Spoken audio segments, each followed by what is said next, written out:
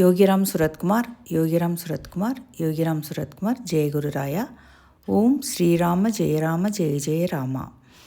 இன்று சாதுஜி அனுபவத்தின் 2வது பாகத்தை தொடர்ந்து பார்க்கலாம். ராமநாமத்தை ஜபிக்க வேண்டும் என்ற தீர்மானம் ஒரு சம்பவத்தினாலா, குருவின் உபதேசத்தாலா அல்லது உள்ளார்ந்த அழைப்பா? அது நான் பதில் சொல்லிட்டேன். சிறு வயசுலேருந்து அதில் அடுத்தது, தினசரி ராமநாமா ஜபம் செய்வதில் நீங்கள் பின்பற்றும் ஒழுங்கு என்ன? எண்ணிக்கை முக்கியமா அல்லது மன ஒற்றுமை முக்கியமா? டெய்லி காலையில் நான் இங்கே இந்த இடத்துல உட்காந்து தான் என்னுடைய ராமநாம ஜபம் பண்ணிட்டு இருக்கேன்.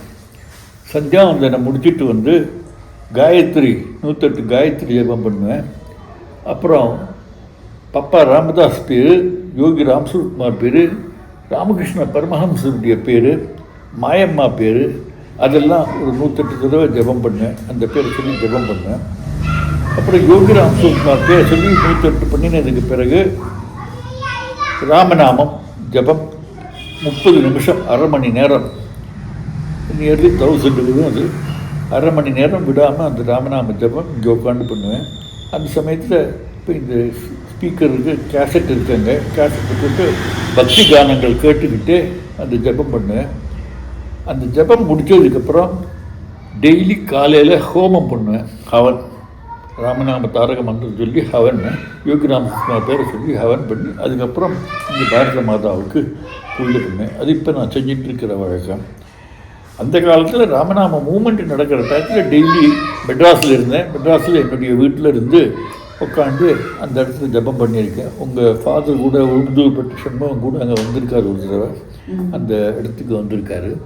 அங்கே டெய்லி உட்காந்து பகவானுடைய ஒரு பெரிய படம் இப்போ மேலே வச்சுருக்கோம், அது அங்கே இருக்கும். அதை வச்சுட்டு அங்கே ராமநாம ஜபம் பண்ணுவேன். இப்போ இங்கே வந்ததுக்கப்புறம் தான் இந்த மாதிரி பண்ணிகிட்ருக்கோம். இது ராமநாம ஜபத்தில் எண்ணிக்கையாக டைமாக அதெல்லாம் ஒன்றும் முக்கியம் இல்லை. மன ஒருமைப்பாடு வேணும். மனசை எப்படி கான்சன்ட்ரேட் பண்ணணுமோ அதனால தான் நான் பக்தி கீதங்கள் போட்டுருது. வேறு எங்கேயும் போக வேண்டான்னு இந்த பக்தி கீதத்தை கேட்டுட்டு ராமநாம ஜபம், ஸ்ரீராம் ஜெயராம் ஜெய ஜெயராம், ஸ்ரீராம் ஜெயராம் ஜெய ஜெயராம், இந்த ராமனுடைய விக்கிரகம் இங்கே பிரதிஷ்டை பண்ணியிருக்கேன், ராமனுடைய படத்தை பார்த்துட்டு அந்த ஜபம் பண்ணுறது. மன ஒருமைப்பாடு தான் முக்கியம்.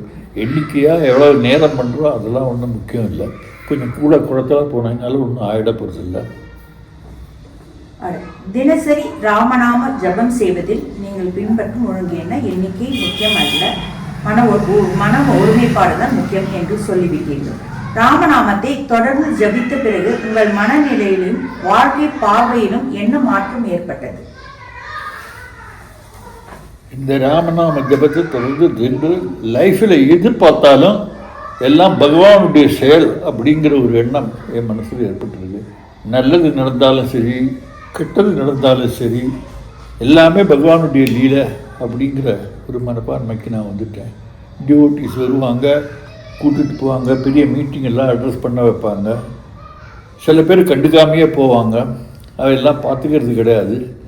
எல்லாம் பகவானுடைய லீலை, நம்மக்கிட்ட ஒன்றும் கிடையாது. அந்த ஒரு ஆட்டிடியூட் எனக்கு மனசில் வந்துடுச்சு.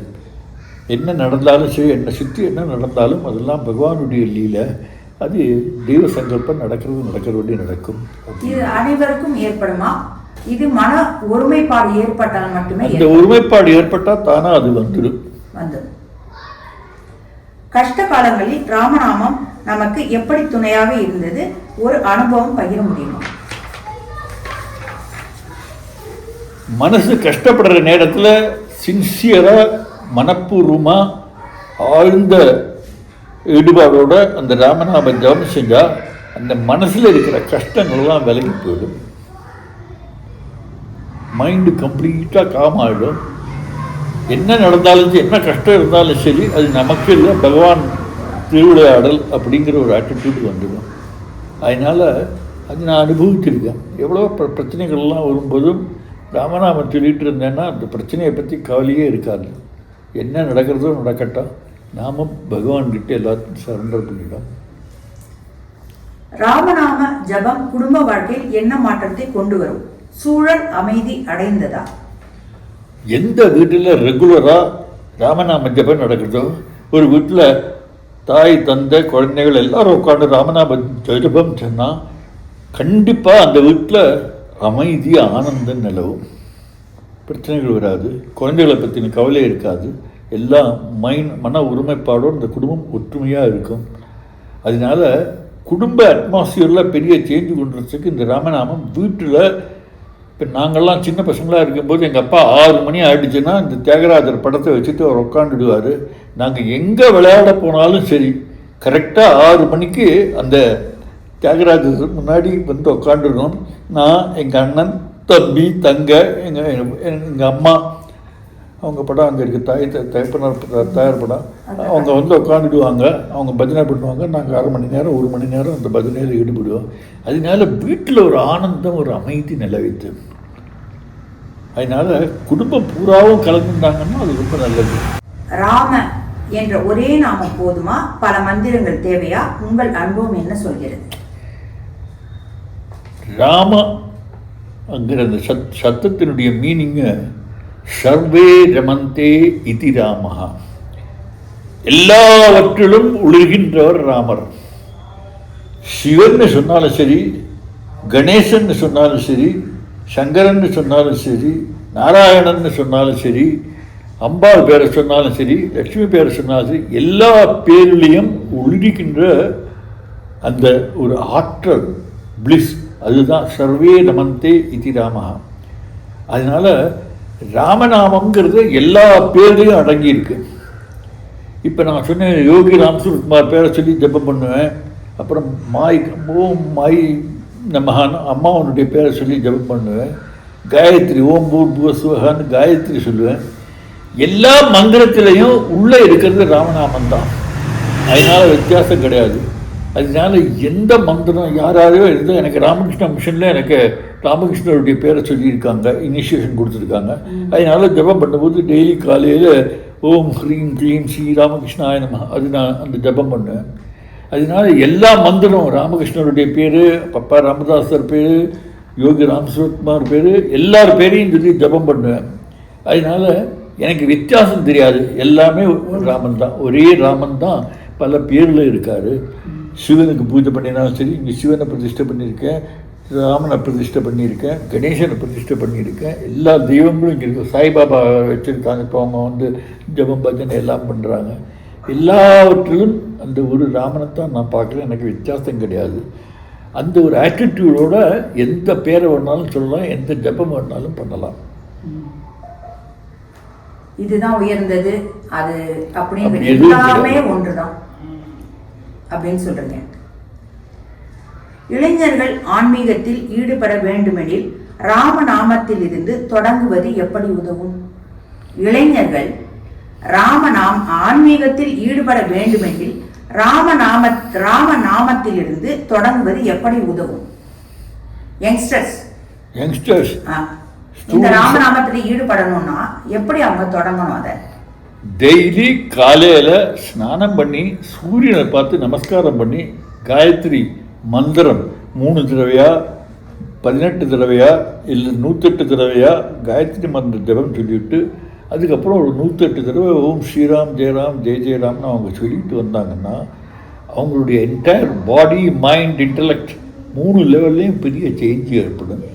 ஆன்மீகத்துக்கு தானாக அவங்கள விட்டு கொடுத்துடும். அது பக்தியோட நம்பிக்கையோட அது செய்யணும். ராமநாமம் ஜபிக்கும் போது உங்களுக்கு ஏற்பட்ட ஆனந்தம், கண்ணீர் அல்லது அதிசய அனுபவங்கள் ஏதேனும்? சதா சர்வகாலமும் அந்த ஆனந்தம் இருந்துகிட்டே இருக்குது. ராமநாமம் ஜபிக்கும் போது மட்டும் அல்ல, படுக்க போகும்போதும் சரி, வேற எங்கேயா வெளியில் போகும்போதும் சரி, நான் ட்ரெயினில் போகும்போதோ பஸ்ஸில் போகும்போதோ வேறு கிடையாது. எப்போதும் இந்த மாலை இருக்கும், அந்த மாலையை கையில் வச்சுட்டு ராமநாமம் சொல்லிகிட்டு இருப்பேன். இது காலையில் சொல்கிறது மட்டும் இல்லை, வெளியில் போகும்போதும் இந்த ராமநாம ஜபம். காரில் போகிறோம், 1/2 மணி நேரம் காரில் சும்மா உட்காந்து போகிறோம், அப்போ அந்த சமயத்தில் நான் ஜபம் பண்ணுவேன். ட்ரெயினில் போகும்போது பஸ்ஸில் போகும்போது கையில் மாலையை வச்சுட்டு. அதனால சதா சர்வகாலம். அதே மாதிரி ராத்திரி படுக்க போகும்போதும் சரி, காலையில் மத்தியானம் ரெஸ்ட் எடுக்க போகும்போதும் சரி, ராமநாமம் சொல்லிட்டு தான் படுப்பேன் படுக்கலை. அதனால் எல்லா நேரத்துலேயும் ராமநாமம் சொல்லிகிட்டு இருக்கிறதுனால எனக்கு பெரிய வித்தியாசம் தெரியலை. ராமநாமத்துக்குன்னு ஸ்பெசிஃபிக்காக ஒரு டைம் கிடையாது, எப்போ ஒன்றாலும் செய்யலாம். எனக்கு ஒரு பெரிய ஒரு அனுபவம் பகவான்கிட்ட ஏற்பட்டது. நான் அங்கே திருவண்ணாமலையில் பகவான் இருந்த வீட்டுக்கு பக்கத்தில் நான் அடுத்த நெக்ஸ்ட் ஹவுஸில் தங்கியிருந்தேன். அப்போ ஒரு நாளைக்கு காலையில் நான் எந்திரிச்சோடு ஒரு 6:30 மணி 7 மணி இருக்கும். பகவானுடைய வீட்டில் கொல்லை பக்கத்தில் அவருடைய பாத்ரூமிலிருந்து ராமநாம சத்தம் கேட்டுகிட்டே இருந்தது. நான் அங்கே அவரை அட்டென்ட் பண்ணுற பையன் ஒருத்தர் இருந்தான்.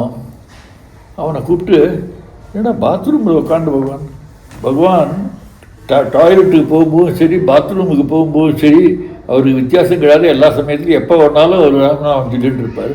அப்போ பாத்ரூமில் குளிக்க போகும்போதும் answering the calls of nature அந்த நேரத்தில் கூட ராமநாமம் சொல்கிறத தவிர அவருக்கு நினைக்கவே இல்லை. எல்லா நேரமும் சொல்லுவார். அதனால ஒரு ஆட்டிடியூடு, இந்த ராமநாமங்கிறது ராமன் எங்கே இருக்கான், வெளியில் எங்கேயும் கிடையாது, நமக்குள்ளே இருக்கான். அந்த ராமனை நம்ம நினைக்கிறதுனால அது எந்த நேரத்தில் எது செய்யும் போதும் அது நாம் செய்யலாம். அந்த ஒரு ஆட்டிடியூடு வந்ததுன்னா பிரச்சனையே கிடையாது. ஒரு நாள் குறைந்தது எவ்வளவு நேரம் ஜெபிக்க வேண்டும், அதற்கும் பதில் சொல்லிவிட்டீர்கள். அளவு கிடையாது. ராமநாமம் கர்மத்தை கரைக்குமா? ஆன்மீக அனுபவத்தில் எது எப்படி தெரிகிறது? இது எப்படி தெரிகிறது? கர்மத்தை கரைக்குமா ராமநாமம்? நல்லா சொல்லிட்டு நமக்கு நம்மளுடைய பிராரப்த கர்மம் எல்லாத்தையும் போக்குறது இந்த ஜபம். என் ஜபன் முச்சத்தையே ஜந்துர் ஜென்ம சம்சார சாகராதுன்னு விஷ்ணு சஹஸ்ரநாமத்தில் ரொம்ப தெளிவாக சொல்கிறாங்க. இந்த நாமத்தை சொல்ல சொல்ல சொல்ல நம்மளுடைய கர்ம பலங்கள்லாம் போயிட்டே இருக்கும். அவங்களுடைய பிரச்சனைகள் எல்லாம் தீர்வு காண்றதுக்கு நாம ஜபம் எப்போதும் உதவும்.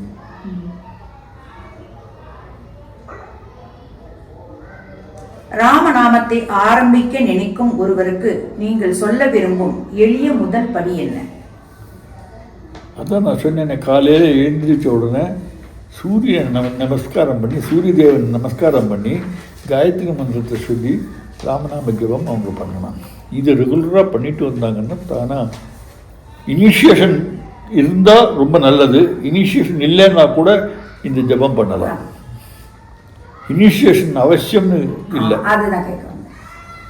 சரி, இன்றைய கால இளவயது பெண்கள், வேலைக்கு செல்லும் பெண்கள், இளவயது இளைஞர்கள், இவர்களுக்கு நீங்கள் கூறும் அறிவுரை என்ன? ஏனென்றால் இந்த காலத்தில் உலகம் வேகமாக ஓடிக்கொண்டிருக்கிறது. அவர்களுக்கு நீங்கள் கூறும் அறிவுரை ஆன்மீகமாகவும் இருக்கலாம், இல்லது ஒரே ஒரு அறிவுரை, நேற்றுக்கு பிறந்தோம், இன்னைக்கு இருக்கோம், நாளைக்கு நாம் போக போகிறோம். எதுக்காக பிறந்தோம், எதுக்காக இருக்கோம், எதுக்காக வேலைக்கு போகிறோம், எதுக்காக எல்லா வேலையும் செஞ்சுட்டு இருக்கோம், அதை சிந்தனை பண்ணி பார்க்கணும். அனித்தியமான இந்த வாழ்க்கையில் நாம் என்னத்தை சாதிக்க போகிறோம்? பெரியவங்கள்லாம் சொல்லியிருக்காங்க, பகுனாம் ஜென்மனாம் அந்தரையே நரஜென்மகா. எத்தனையோ பிறவிகள் எடுத்து புல்லாய் புழுவாய் பல கோடி ஜென்மம் எடுத்து நரஜென்மம் கிடைக்கிறது. இந்த நரஜென்மம் எதுக்குன்னு சொல்லியிருக்காங்க பெரியவங்க. உலகாயுத வாழ்க்கையில் மாட்டிலாம், கொஞ்ச நாள் இருக்கலாம், கல்யாணம் பண்ணிக்கலாம், குழந்தை குட்டி எடுத்துக்கலாம், எல்லாம் இருக்கலாம். நாம் பெரியவங்க பிரம்மச்சரியம், கார்ஹஸ்தியம், வானப்பிரஸ்தம், சந்நியாசம்னு 4 லெவல் கொடுத்துருக்காங்க. பிரம்மச்சாரியாக இருக்கிற காலத்திலேயே அவனுக்கு வழிகாட்டிடுவாங்க. அவனுடைய வாழ்க்கை லட்சியம் அந்த பரம்பொருளை அடைகிறது. அது அவன் பிரம்மச்சாரியாக இருக்கும்போதே அவனுக்கு நிச்சயம் ஆயிடுறது. கிரகஸ்தாசிரமத்தில் வரும்பொழுது தொழில் செய்கிறது, உத்தியோகம் பார்க்கறது, குழந்தை குட்டிகள் பெற்றுக்கிறது, எல்லா இதுவும் கிரகஸ்தாசிரமத்தில் செய்கிறான். ஆனால் அதுலேயே இருந்துடக்கூடாது. அதிலிருந்து வித்ட்ரா பண்ணி மனப்பிரஸ்தம்னா இந்த உலகாயுத வாழ்க்கையிலேருந்து கொஞ்சம் கொஞ்சமாக வித்ட்ரா பண்ணிக்கிறது. அப்புறம் totally surrender to the divine. அதுதான் சந்நியாசம், சமயக் ஞாசம். எல்லாத்தையும் தீர்த்து கட்டிட்டு அதுலேயே மனசை கான்சன்ட்ரேட் பண்ணுறது முக்தி நிலைக்கு நம்மளை கொண்டு போயிடும். அந்த ஒருமைப்பாடு ஏற்படுத்தும். அதனால் வாழ்க்கையினுடைய லட்சியம் இதுங்கிறது நம்ம பெரியவங்க நமக்கு தெளிவாக காமிச்சிருக்காங்க. இதை நாம் உணர்ந்துட்டு நாம் செஞ்சுட்டு வந்தோம்னா இந்த ராமநாமம் நம்மளை கடைசியில் ஆன்மீக நிலைக்கு கொண்டு போய் சேர்க்கும். அதுக்கு தான் இந்த வாழ்க்கை. உலகாயுதத்தில் இருக்கக்கூடிய பிரச்சனைகளுக்கெல்லாம் பரிகாரம், கர்ம பலத்துக்கெல்லாம் பரிகாரம். அது நம்மளுடைய பிரச்சனைகளுக்கெல்லாம் பரிகாரம். இது அது எல்லாத்தையும் முடிச்சுட்டு அல்டிமேட்டாக நாம் இதுக்கு போகிறோம் அப்படிங்கிற அந்த உணர்வு நமக்கு இருந்ததுன்னா தானாக அதில் முன்னேறிடுவோம்.